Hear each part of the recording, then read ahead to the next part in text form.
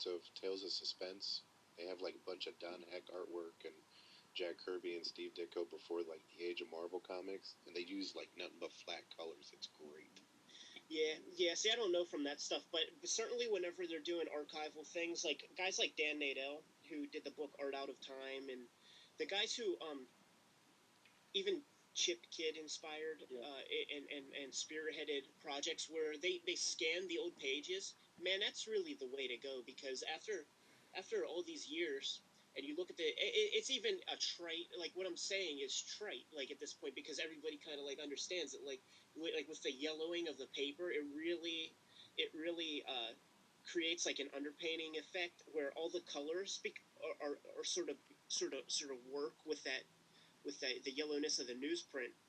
And the stuff is just beautiful, and I love the off register of some of the stuff where like the blue plate might slip a little bit. It all seemed human, like it was done with human hands, and the imperfections are what makes it beautiful.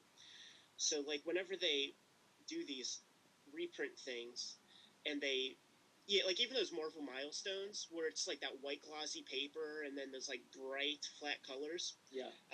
That takes all the nougat out of it for me. No, I think that's a really good point.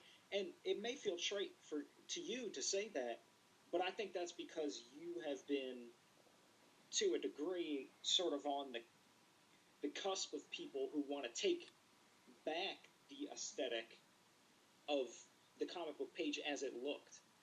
I think that's probably a discussion you and Jim and your friends have a lot, I would assume. Yeah, I don't know.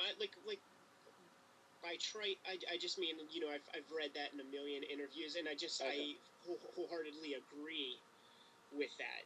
Like you take a look at like the old stuff, and you don't need to gussy it up when you're doing like reprinted editions of it.